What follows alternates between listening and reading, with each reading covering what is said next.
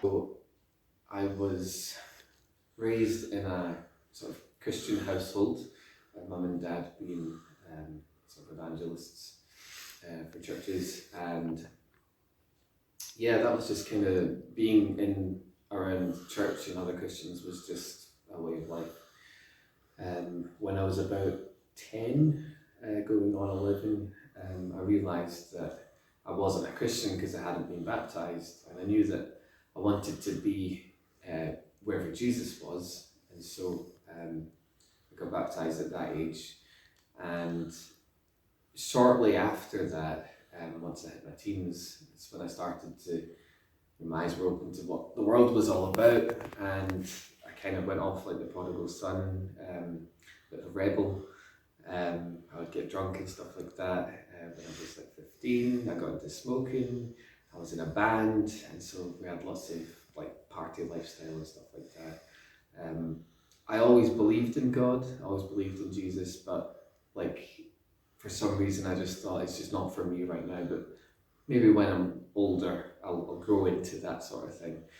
But it never happened. And the older I got, the more these sinful behaviours, the getting drunk and using drugs and things like that, the sexual relationships and stuff like that, the more and more that my mental health started to suffer, and I got very depressed and felt always cut off from God. Although I know now He was there with me through that. He knew what I was going through, and He was willing me to come back to Him. But anytime I would think of Jesus, all I could think about was just Him dying for my awful lifestyle. But I just got further and further and further into that, and I never told people about what I was doing. I would always lie and present the best picture of myself, like a caricature. So like I would, because there was parts of my life that I thought people would reject, but they would accept certain parts. So I'd present the acceptable things and hide the stuff I thought would get rejected. And whenever you do that, you're lying, and no one ever actually gets to know the real you. So I had lots of friends, but felt alone because no one actually knew who I was.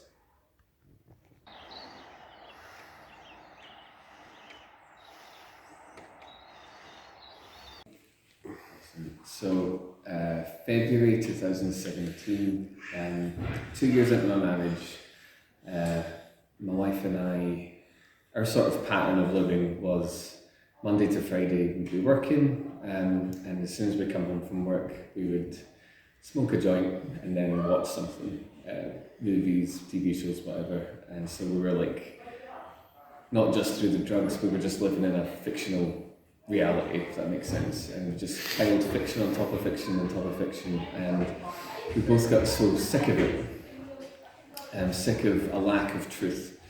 And so one day I said to my friend, like, I'd just like to hear something that's true.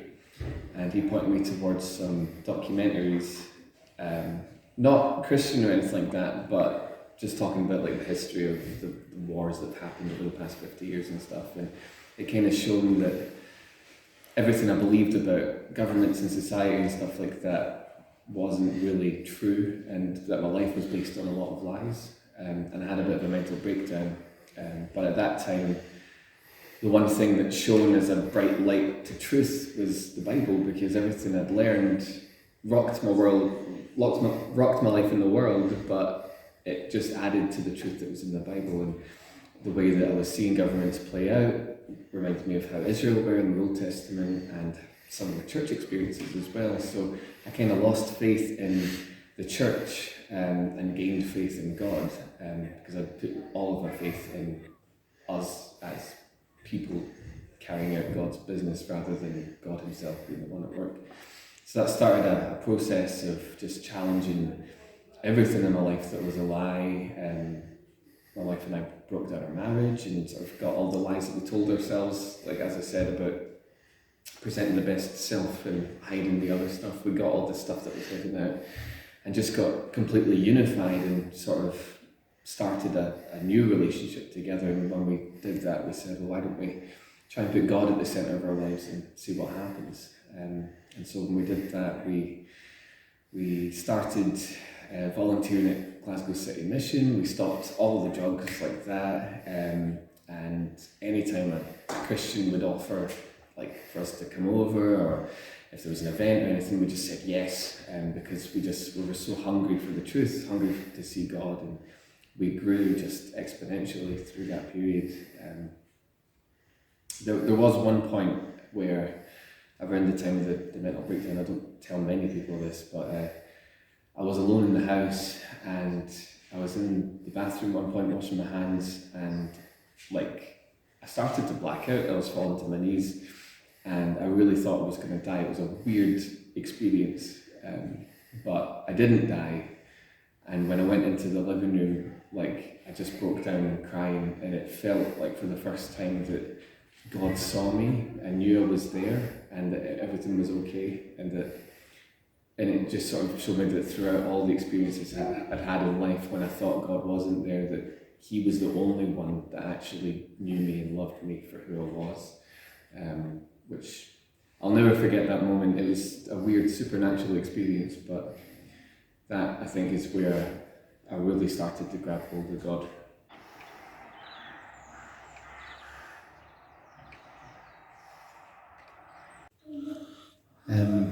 The difference in my life is like night and day. It's really the only way to put it. Making a commitment to the truth, to live an honest life where you're always speaking truth and you're always seeking truth.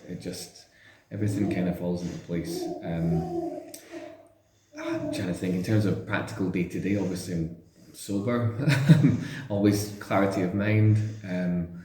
The world makes more sense now, because I'm viewing it through a sense of a lens of reality rather than all the theories and stuff you'll hear in the world.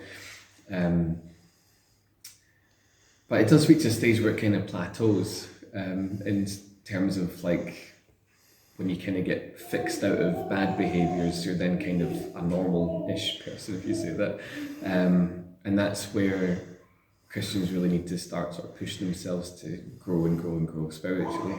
And so that's kind of where I'm at right now, is just trying to, when you feel that, okay, I've got this, everything's okay, that's when I'm like, okay, hold on, no, there's always a deeper level to get with God. There's always a deeper level with Jesus, with the church and stuff like that.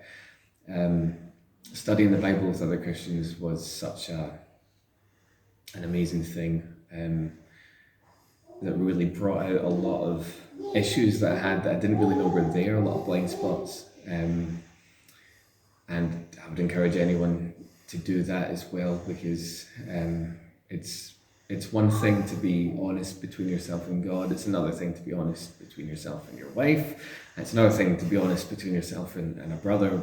The more people that you can reach out to, the more you will feel accepted, and that shame and guilt that we sometimes carry around with us will just leave when we realise that people can love us in those places as well. But it's such a good community.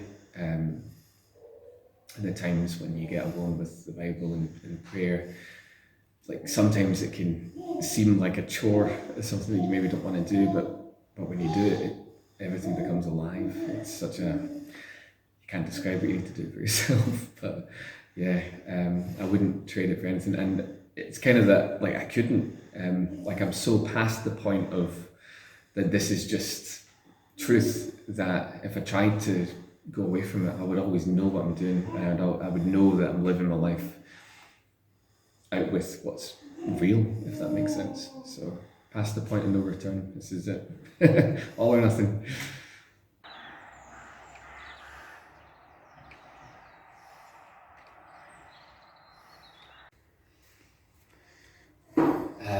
You should become a Christian because Jesus is truth, and he claims that, and it plays out.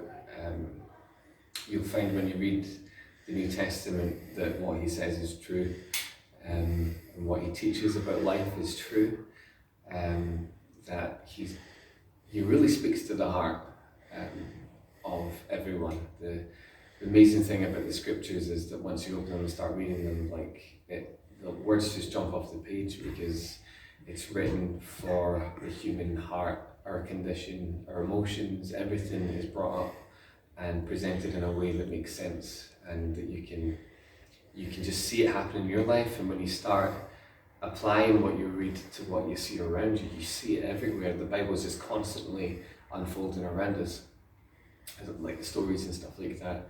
So it's the truth, and when you build your life on those teachings, I'm not going to say like, oh, health and wealth, prosperity, you know, everything goes your way. No, but you can actually navigate through the circumstances in life. You can navigate through the suffering because you'll understand the setting that things fit into place on.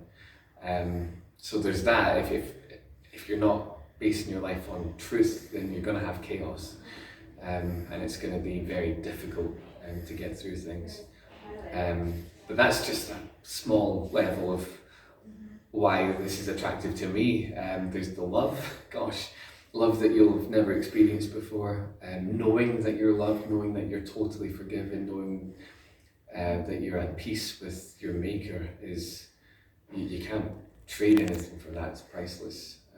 I used to struggle to get to sleep at night. I used to have to put on like music or have like a sort of sleep hypnosis, someone who were feeling very sleepy sort of stuff to just try and get to sleep, because my mind would just whir as soon as my head hit the pillow.